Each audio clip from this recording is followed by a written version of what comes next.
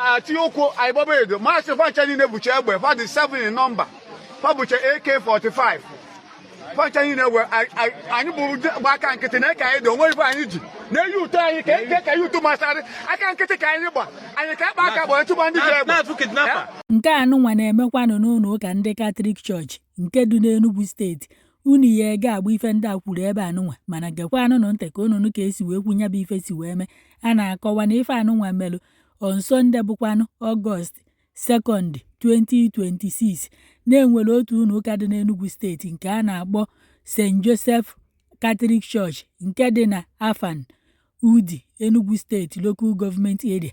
O wee bụ na na-akọwa na mmiri na-ezo mbosi ụka ife anụnwa melụ na ụfọdụ akwadogokwa n'ụka wee bịa n'ụlọ ụka na ụfọdụ ụka nọkwanụ n'ụlọ befa ka na-akwado ụfọdụ nọkwanụ na-eche ka mmiri binata ka fa wee jebe n'ọkụ ya ka anọzi ndị nke nọ n'ime ụlọ ụka wee gbara ọsọ na-apụtazi wee sị na ndị Fulani na-atọkọ ndị mmadụ na fa abatagokwa n'ime ụlọ ụka wee tọlụ seminarian bịara ịkalụfa ụka wee tọlụkwa katkis wee tọlụkwa ụfọdụ ndị memba ndị nọ n'ime ụlọ ụka n'ọkụ ya ka a na-ekwuzi unu ya ege ife anụnwa mana onye nke unu na-afụgbu okpu nọ n'enu foto anụnwa a sị na onye nwa bụ Local Government Chairman na mgbe ọ nụrụ nya bụ ife n'ọkpọ ndị ọrụ nche na ụfọdụ ndị ọrụ uwe ojii fa wee bịa na mgbe fa bazi n'ime ọfịa ka ndị Fulani hapụnatara ụfọdụ ndị memba chọọchị eji kama na katkis na seminarian na ndị Fulani kpụkwanụfa wee narie ife anụnwa na-akarịkwa na-akarị n'Enugu steeti. Amaghị m ife gọọmenti fa na gọvanọ fa na-eme gbasara nya bụ ife ekene na-efezikwa nke aka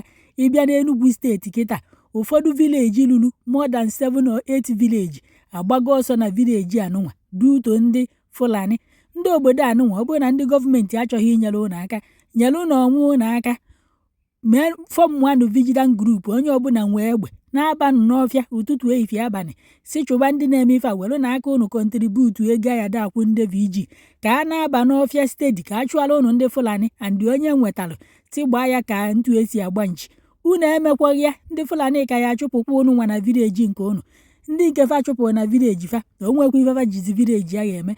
Ama m ife chọtụ ya ama m na onwe ife ndị gọọmenti na-egenu n'ife a na-eme o nwekwa ọka ọdio ịkọwa anyị nọ mmiri na-ejebe anyị na-akwado ụka anyị na-akwado ụka ka anyị jebe ụka n'ife anyị fụziri ka anyị na-akwado na ndị ọzọ agbarụgba atachi na ndị na semibiara anyị ụka na ndị ọzọ nọ n'ụlọ ụka na katkis anyị na-akpara wee fụba so ka anyị na-agbagharịzi ka anyị eji wee na ndị polisi anyị were gbara bịa chike saịdị ọma anyị gosiwe saịdị ndị polisi were gbara bịa so ka anyị niile Boys Atioko Aibobedo, Master Fanchani Nebuchegbe, what is 7 in number, Pabucha AK-45. Fanchani Nebu, I knew back and get an AK, don't wait for any. No, you tell you can't you to master. I can't get a kind of and you can't back up to one kidnapper. And you can't back up. I need to win it. I have to win the neighbor boost. I need to win the neighbor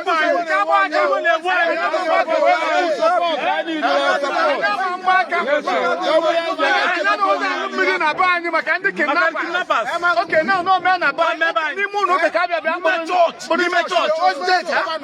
imagine. Governor wana kozukunu. Governor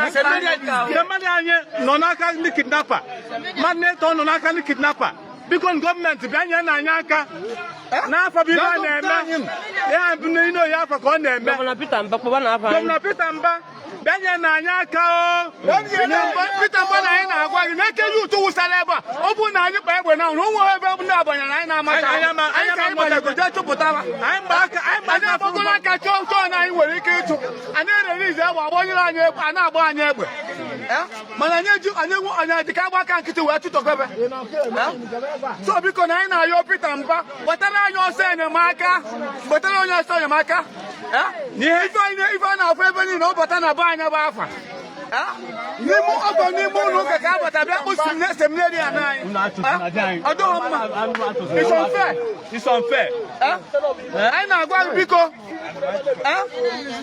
nyere anyị aka obodo ihe a nọkịta a na-abịa na be anyị akpụkọzi ụmụ ndị be anyị niile mana ihe ụtọ anyị wụsarị onweghị onye nyere ekwi gbara aka nkịtị na sekuriti anyị sekuriti anyị na anyị na-ebe a no arms anyị ka agba aka wee jebe ọgụ we cannot go with empty-handed.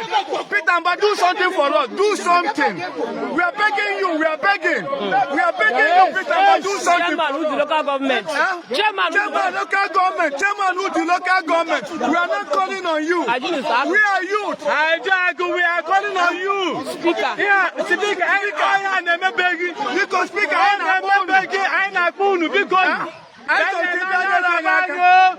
iwe na-ewe anya bụ n'aka ihe anyị nọrụ adị ndị bọdụ agbatabu abịa kpọrọ mmadụ ute na onwe ife anyị mengburu iwe na-ewe anyị anyị duru ụmụ nwaanyị oke na-esemebịara ịkara anyị ụka ọpịa nwụrụ o ji wee nata ka maka ozu nne ya na-aka abịa na ụlọ ụka bịa kpọrọ ya ọ dị mma ọ dịghị mma so na iwe na-ewe anyị ị na-ene anya kịta